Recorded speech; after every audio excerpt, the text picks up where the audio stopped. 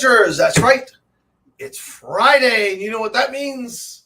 It means that John's Dungeon Corner is coming to you live from the Collective in Altamont Springs, Florida, where it's a sunny 88 degrees, but feels more like 100. Yeah. All right. I told you I got loud here. We're having some scrapbooking going on in the studio today. See, we got all kinds of cool. There's all kinds of crazy stuff. See, listen to that. Oh yeah, we like scrap. Scrapbook is fun. You know. Maybe I should sit there and put together a scrapbook of Dungeons and Dragons. Yes.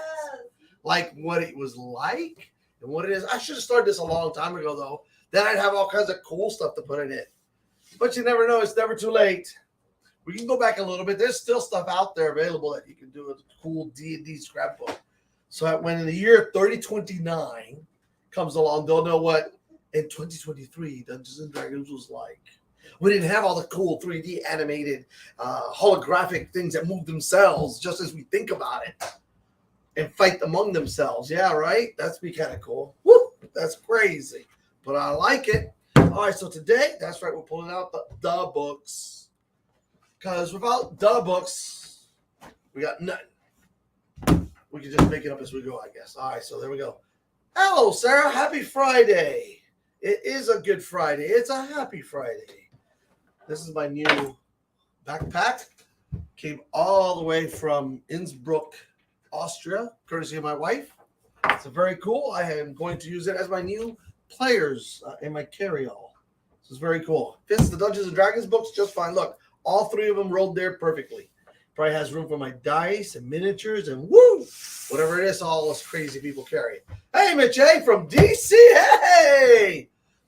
Yes, you do. It's a very nice backpack. Hello, my love. Look at this. Everybody's jumping on. So, all right. Let's start talking about something simple. The DC, the skill checks, all right? That was something that somebody asked me because it seems to be there's a lot of confusion about it. Let's call it confusion, okay? Now, so skill checks are used in Dungeons and Dragons a lot. They're used both in a role-playing aspect. They're used in a dungeon encounter, sometimes during combat, out of combat, in downtime, in just about everything that you do. If you have a skill and you want to use it, it requires a skill check. If you're going to go pick a lock, there's a skill check for it. If you want to climb a wall, if you want to do a very acrobatic type of thing. Oh, the on-air sign works. Yes, we're on the air officially. All right. So, yeah. So, okay. When we do that, we roll a D20 and we add our skill bonus to it. But that's not really, that's what we see from a player's aspect. Now, how do we come up, how do Dungeon Masters come up with that magic number? And I kind of went over it once upon a time, but a couple Dungeon Masters asked me, and they have asked me, how do we set this number? Because basically what the Dungeon Masters guide says is 10, 15, and 20. So 10, it's easy. 15, it's kind of hard. Now we're getting into that 20, it's pretty difficult. Hard and difficult, right? Interchangeable words there. But this is hard, this is extremely difficult. And anything above that, although remember, it can be done. Just because somebody says, well, it may be a DC of 22 or 23 or 24. With a 19 and 20, there are people who can actually achieve those numbers, all right? And I'm going to kind of go over what that means. Okay, so a 10. How do we decide something's easy? All right, so it's we're going to pick a lock, right? We determine it, yep, this chest is locked. We need to pick the lock. All right, being the smart rogue that we are, though, before we go pick that lock, what do we do? Mache, you should have the answer to that question as you're a rogue. What do we do before we pick the lock? Come on, write it up there. Dun, dun, dun, dun, dun, dun, dun. If that door, the trap door will open up underneath you. Do, do, do, do. Uh-oh. You're running out of time. Check for traps. Sarah comes out of the blue with it. 1 point for Team Sarah. All right. The druid's going, I knew it. Oh, Rogue, you are way behind. You came in even after the druid. Party's dead. They fell into the trap. Oops. No. Yes, you check for traps. So before we open the lock, we check for traps, which is a skill check. And we do. We check. We make our die roll. Okay, now, what level is that trap? Is it simple? Is it hard? Is it difficult? Well, we're going to say that this guy, I mean, there's not really important stuff in there. Probably just some coins, some loose coins, some clothing, maybe a book, a journal or something. So we're going to make it easy, all right? But not too easy because he still has a safeguard. He doesn't want his personal notes being read. So let's bring it up a little bit. Somewhere between easy and hard. So we're going to make it a 13. Right in the middle of 15 and 10. 13. All right. So we roll the die and we add our modifier, and we either succeed or we don't. But let's say we succeed. We roll great. Boom. We find that, there's no trap. All you need is a 12. That's right. 13, actually. But there's no trap. All right, so now we commence to unlock the lock. And we roll another die. Boom. We succeed. We set that at a say a 15 because, once again, the trap, which there was not one anyway, but they don't know that. They just didn't find a trap. We're going to set it at a 15 because, like I said, we don't want just anybody reading our journals. And we might have a bag of coins worth, I don't know, maybe 10, 15 gold, which is quite a nice, tidy sum if you're not an adventurer, right?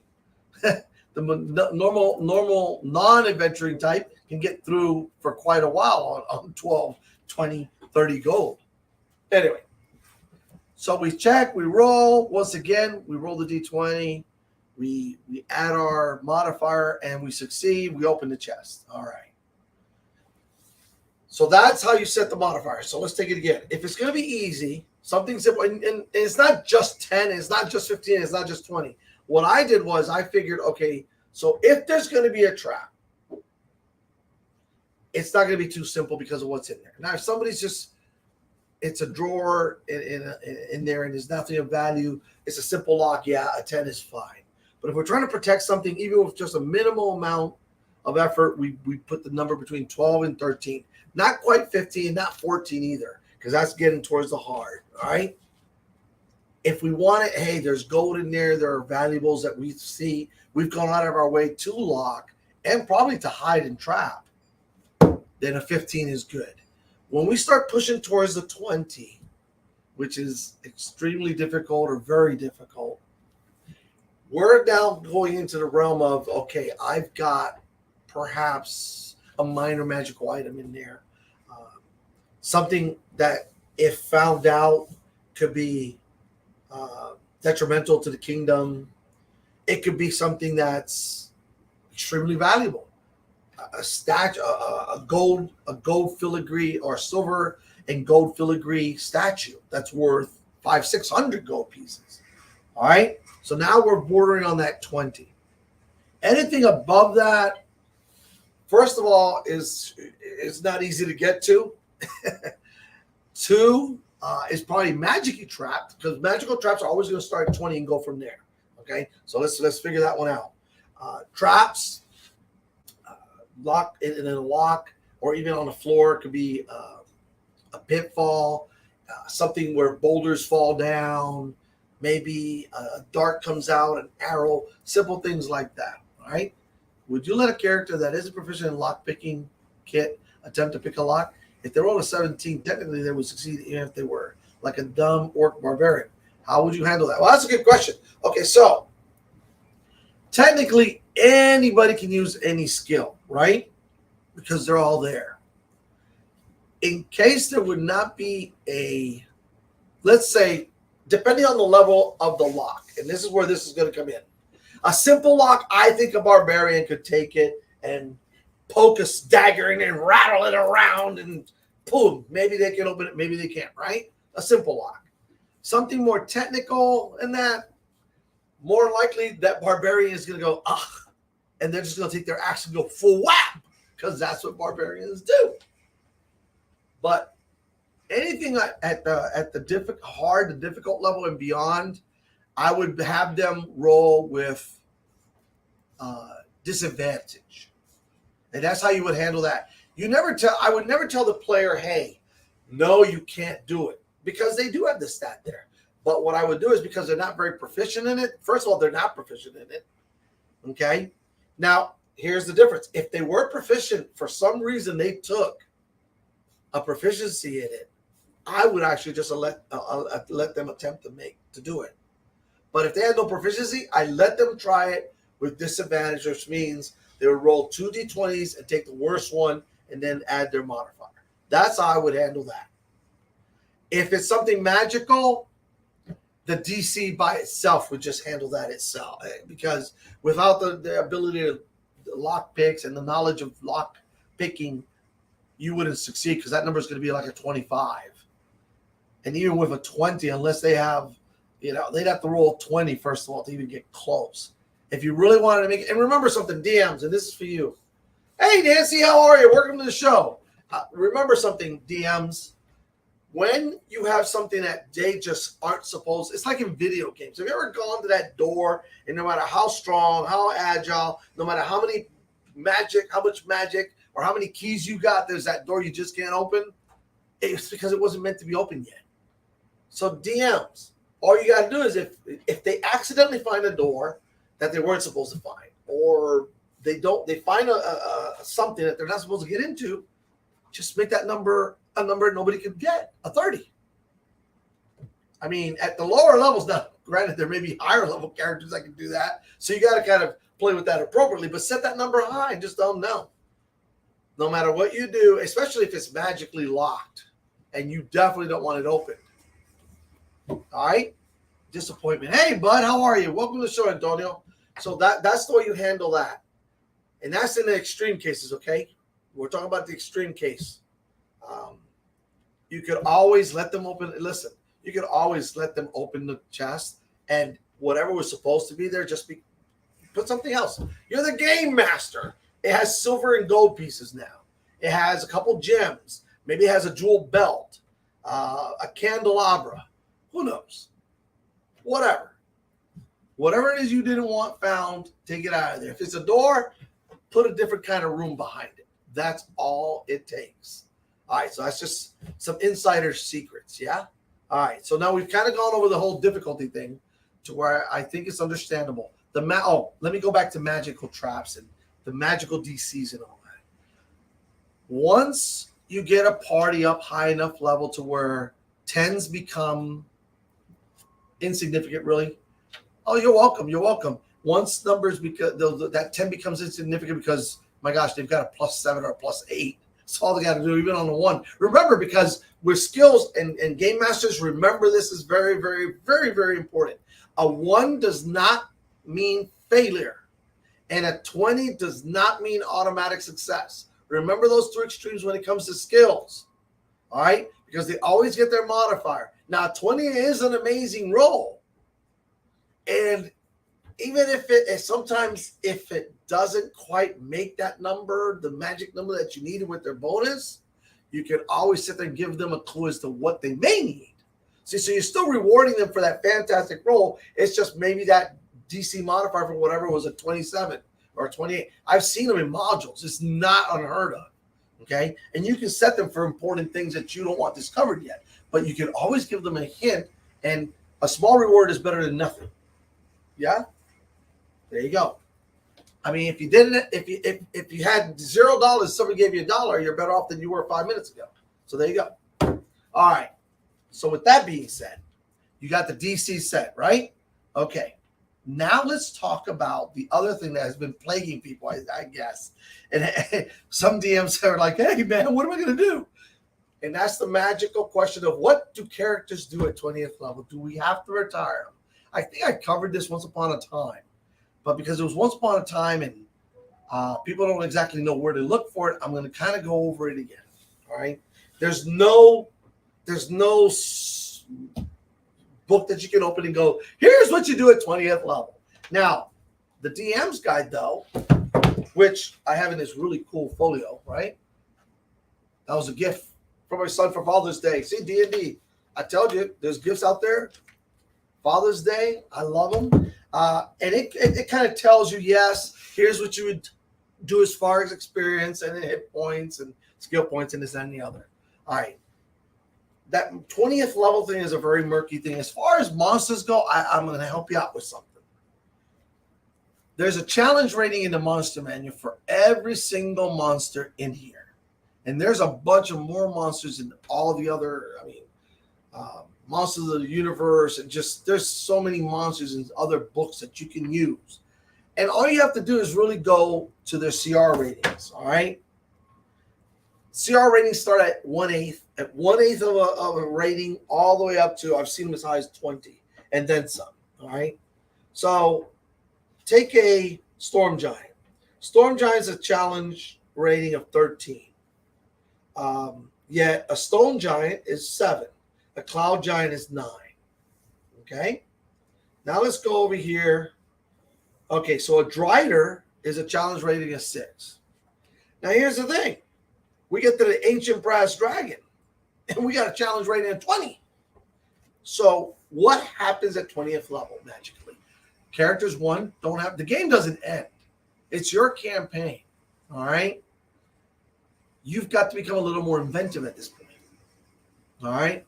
20th level characters are heroes. I mean, they are above and beyond a normal adventure. They've got magical items. They may even have a legendary item or two.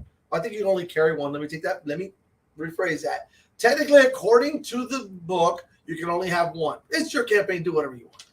But let's go with the book because that's what we got. The guidelines. Let's follow the guidelines just for once, right? All right. So we're going to use the one legendary item, which they could technically have. Then they get the very rare items, and then they get the rare items, the uncommons, and the commons. So these guys and gals could be out. This party could be outfitted. Wow, right? I mean, we're walking around, and our magic's just beaming off of us. We got magical spells. We've got magical swords and magical armor, and we're ready to just take on the world until you run into something that is the equivalent of you, like an ancient dragon. Or let's not even go with an ancient dragon. How many times have you seen a party overcome by just lots and lots of goblins? Yes, I know goblins. Goblins are the best. Or a mob of orcs. I mean, there's only 6 of them and 100 orcs. Because that's what it would take probably to equate their encounter level of that party of 20th level. 5 20th level characters have 100 levels between them. Right? That doesn't mean you put 100 level. Well, you could technically. You wouldn't be able to do it all at once because there's only so many squares on a board. But you get what I'm saying. Hey, Willie. All the way from New York. Willie. All right, brother. Good to see you. Well, there's a lot of folks out here today. All right. And not 20 attack always hits. That's actually true. Well, no. Actually, it's a crit. Remember. In 20th in this in 5e, a 20 is an automatic critical. Goblins are the best. Yes, goblins are the best.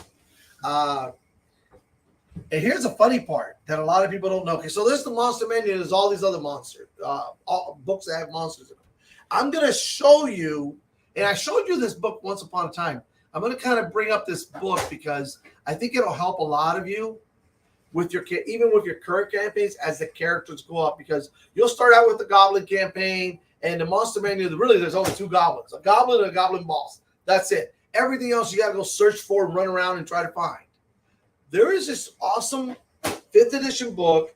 Unfortunately, it's only available online. That's the only, I've never seen it. Yes, my desk is clean today because I'm talking about an important subject. It's only available online. I'm not really going to tell you where it's available online. I'm just going to tell you that it's available online because I really don't like getting stuff on the internet, but there's some things that's the only place they exist. It's called the Monster Manual Expanded, all right? And in this book are hundreds of monsters. And since goblins are my favorite, I'm going to go to the goblins to kind of show you what I mean by why this book is really neat for people who are running a campaign and kind of run out of monsters, or don't want to just use the regular monsters. All right. So here we go. Goblins. Let me show you what this book carries as far as goblins. It has a Goblin Alchemist, challenge rating of 1. It has a Goblin Blackblade, challenge rating of 1. A Goblin Bodyguard, challenge rating of half. A Goblin Chieftain, 3 rating. A Goblin Cutthroat, 1. A Goblin Shaman, 2. A Goblin Skirmisher, 1/2. And a Goblin Witch Doctor at 1. That's a whole lot of goblins that probably most people didn't even know existed. You see them, but you don't know where to go get them. And here they are in the 5e, and that's the way this whole book works. Now, those are low level, but I'll tell you what, there is nothing like putting a Goblin Shaman out there with magical spells, having 2 of the, what were they called? The Dark Blades running around stabbing people, because they're basically rogues. What they did was they took character classes and added them onto the monsters to give them a little more buff, so that when you're fighting the 5th and 6th, 7th level characters, there's more meat to your campaign than just, okay, I'm gonna throw 30 goblins at you now instead. Okay, at first it's 2nd level, hey, 10 goblins is enough, but once they start hitting those mid levels, that 5 to 7, 8, you want to give them something a little more meaty. And if you want to stick to a goblin campaign or an undead campaign, although the undead are really well taken care of in the regular Monster Manual, because you've got all kinds of skeletons, you've got ghouls and zombies, wights, wraiths, liches, all kinds of stuff here. The goblins, the orcs, your main, I don't want to call them, your main introductory monsters like the kobolds, the orcs, the goblins, the hobgoblins, all of that kind of fall behind once you start going up in the higher levels. In this book, there's a lot more orcs. It's called the Monster Manual Expanded. That's what I'm going to tell you it's called. It is out on the internet, and that's where we're going to leave that. But it takes a lot of monsters, including dragons. Everything that's in the Monster Manual gets a new life in here. Let me give you one more example that really is more worthy of a 20th level campaign. All right? Let me do that for you. Okay. Let's go to see, I haven't gone digging for these guys yet because, well, we don't have a group that high yet. That's the truth of the matter. But okay, here we go. Let's go to the golems. Let me see what they have on the golems. Oh, here we go. We have a Stone Golem Sentinel, which is a challenge rating of 15. That thing has, now listen, and I'll show you for an example what something like this is like. You've got an armor class of 18. That's his natural armor. Okay, I can hit that all day long, right? Okay, but on average, it has 256 hit points.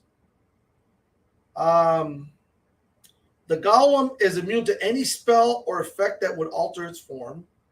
It has magic resistance, so it gets advantage on saving throws, and the golem's weapons are magical. It gets 2 attacks, a slam, 2 slams, a ground smash, and a slow ability.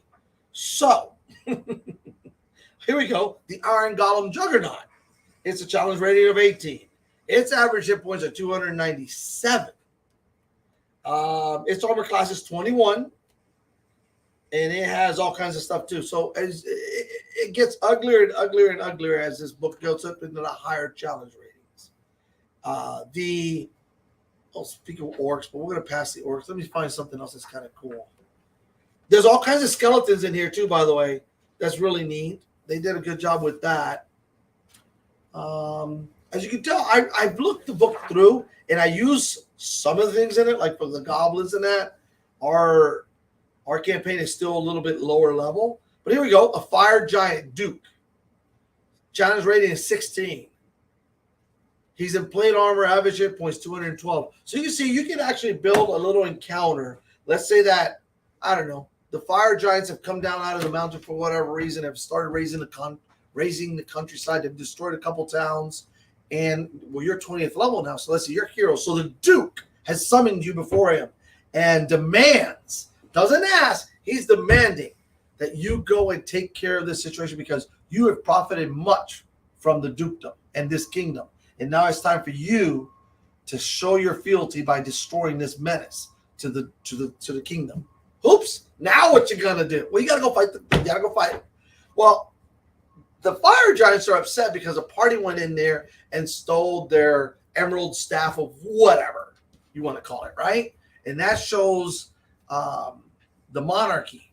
That gives the duke the ability to rule among the fire giants. And now he's been embarrassed. He's lost face, and now he's going to take it out on the humans. Well, there you have it. So there's a lot of ways you could go about this. But if you resort to combat, you've got a duke at challenge rate 18. You've got a couple of other higher fire giants, and then you got your regular fire giants. So put 10 of those out there and see what happens. And I guarantee you your campaign will continue running just fine. And that's just one example. All right. There is a book that shows you how to do massive battles. And you can use that to do, and not all your players will want to do what I'm about to suggest, but you can have a goblin army or an orc army or a goblinoid army let's switch gears. Forget about that. Let's bring an undead army. A lich is decided, an archlich, let's use the big archlich in here, right? Has decided that it wants to take over this part of the duchy. It wants this duchy. It's not just happy with what it has. It now wants this duchy because it's got fertile grass, but more importantly, it's got lots of humans that it can turn into more undead. Okay, so with that thought, it's going to attack. It's going to bring in hundreds of undead. It's going to attack day and night. Now, how are you going to battle that?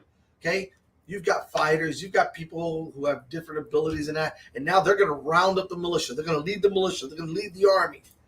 There's actually rules for all that.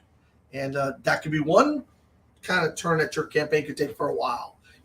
Going around, getting all this army together and deciding strategy and tactics and where are we going to hold this battle? How can we beat this lich? We're going to need magic, obviously, so we're going to need the magic, all of our spellcasters.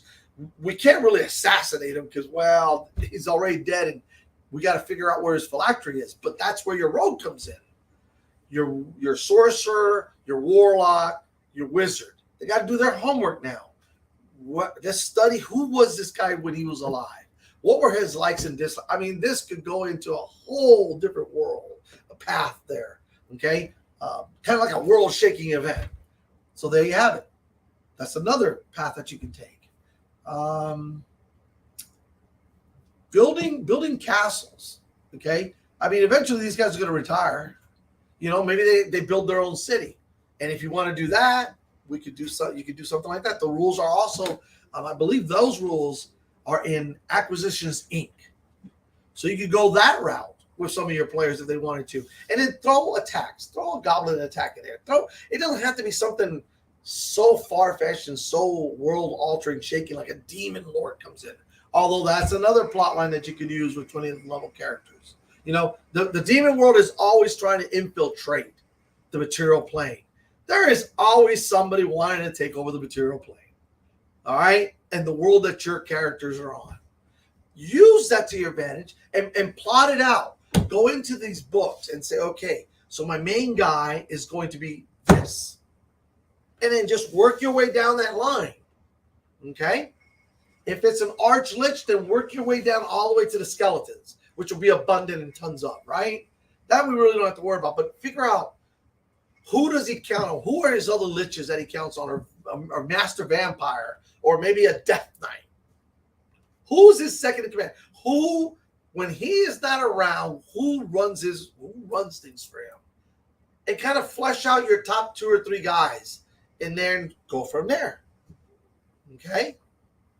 And just bring it all the way down. It's a lot of work, but it'll be very rewarding once you see the players get into it and play, because like I said, 20th level is not the end all. It really was never meant to be an end all, I don't think. I mean, I've actually played into a 29th level campaign, which was amazing. It was a lot of fun. But that's completely up to you as to where you want to take your campaign. At some point, you can even shift them to another world. Wow, that'd be kind of cool, right? Take them to another world. Take them to the Dragonlance world. Take them to Eberron. Take them back into Greyhawk. Take them into, if they're not in Forgotten Realms, into the Forgotten Realms. Send them to Ravenloft. You know, you can always, and here's the other thing too. Okay, so let's say we don't really want to go into the Monster Manual Expanded. We just want to use the Monster Manual because that's what we got. Okay, great. Then just beef the monsters up. That's all. You know, okay, so you got a goblin. And I'll show you how this, I just use goblins, but you can use them for any orcs, hobgoblins, anything like that. A skeleton even. You can take a skeleton. And, well, what was this skeleton before life? He was a soldier, okay? Well, he survived this long underneath this lich. So now let's make him, he was a soldier, a warrior. Let's make him a fighter. Let's make him a 5th level fighter, okay? Maybe this is one of them. And you can just make it generic because remember, this guy has no person. He's a skeleton. So you just add a 5th level. Hey, Brendan, how are you? You just wonderful, sir. You just add the 5th level fighter skills and that kind of thing to the skeleton. All right, whatever they may be, and pick. You know, he may be a dual wielder. He may be an archer, whatever, and just fix it up because he's got him better over time. Okay, so we start out with the skeleton. We add the 5th level fighter to him. Boom. Now he's a little bit more stronger, right? He's a little bit more powerful. And maybe among all the dead bodies, he's been gifted the lich or one of the minor liches who has seen has gifted him maybe a suit of +1 magical armor and a +1 shield. I don't know. Whatever. As you can see, because there's always got to be a reward. It's nice to reward players when they fight and beat an extreme difficult creature. All right. Now, yeah, a 5th level fighter versus a 20th level party. But remember, the 5th level fighter is not alone. And this is what we got to remember. At the lower levels, this same skeleton at 5th level with a 2nd or 3rd level party would be, oh my gosh, yeah, he'd be a threat to the entire party because they're low level. They don't have a lot of magical anythings. So they have to gang up on it. So it's all of them against the one. So that's cool. And you can do that with any monster. Just grab a hobgoblin, a bugbear, anything. And just put him in there by himself because they killed everybody else. Now they're on him. They've probably used most of their magic. They may not have a lot, but let them have a cool battle. The boss battle is always cool. You don't always have to have one, but it's nice too, right? And you reward them. Okay, well, let's take that same mentality. Now we're going to move it up to the 20th level party. You're going to have a boss, but not every battle is with a boss type character. So what if this 5th level guy, who's a skeleton, right, has been ordered to guard this door. No one is to pass this door or pass this gate or whatever it may be, okay? He has underlings. Okay, so he's a 5th level, but he's got archer skeletons. They may have given him some zombies, some ghouls to command, right?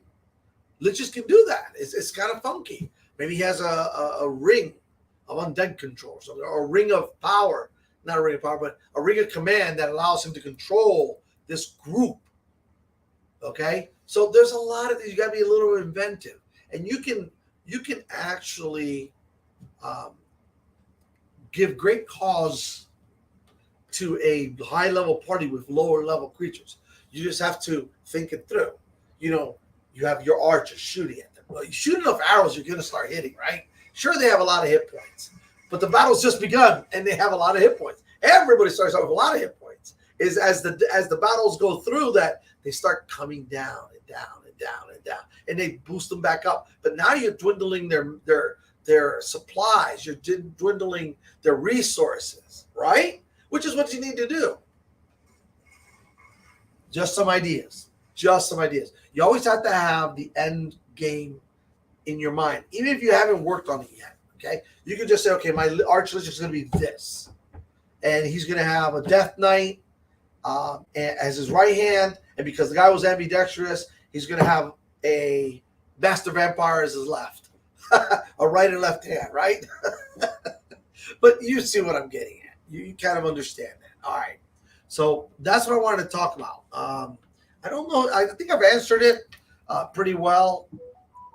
I think the biggest thing that everybody always frets about. Okay, before I forget. I don't want to forget.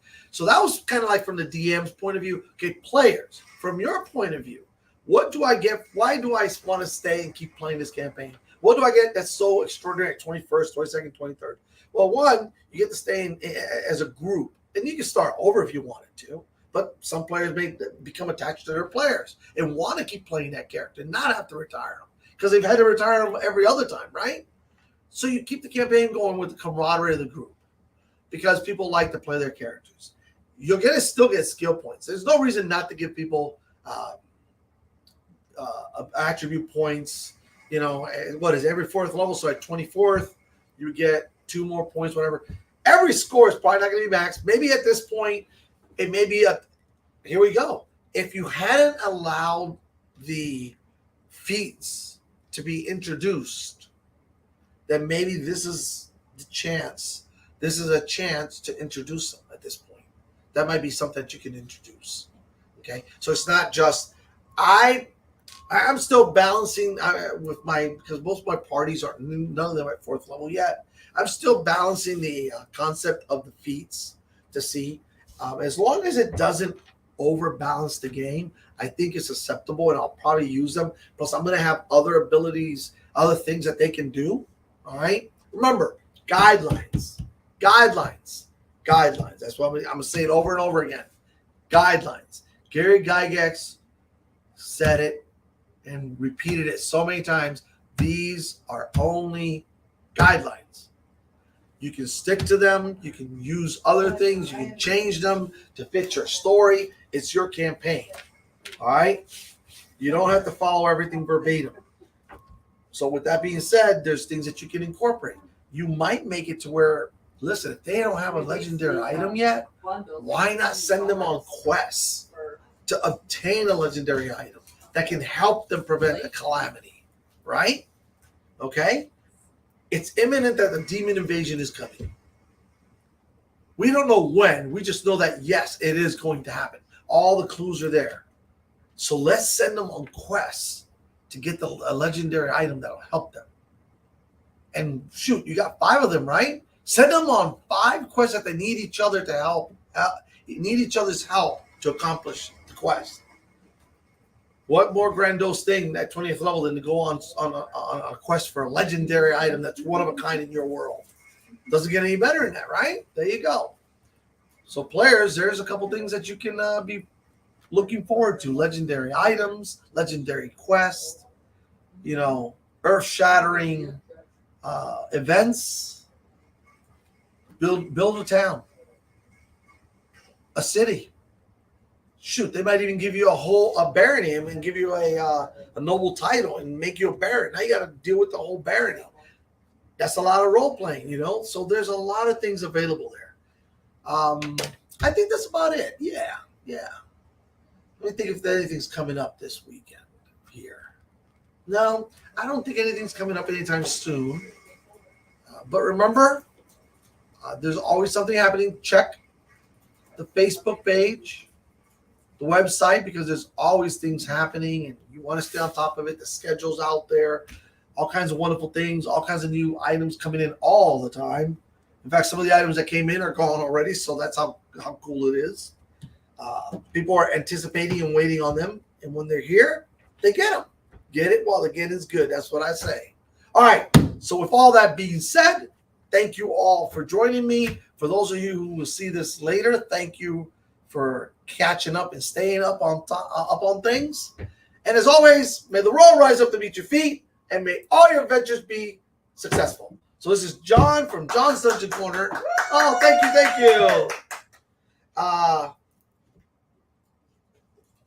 Thank you. We will follow. I appreciate you. And I appreciate you. Thank you. They've been listening to me and putting up with all my hijinks over here as a scrapbook. So everybody have a beautiful, beautiful weekend, and I will see you next Friday right here.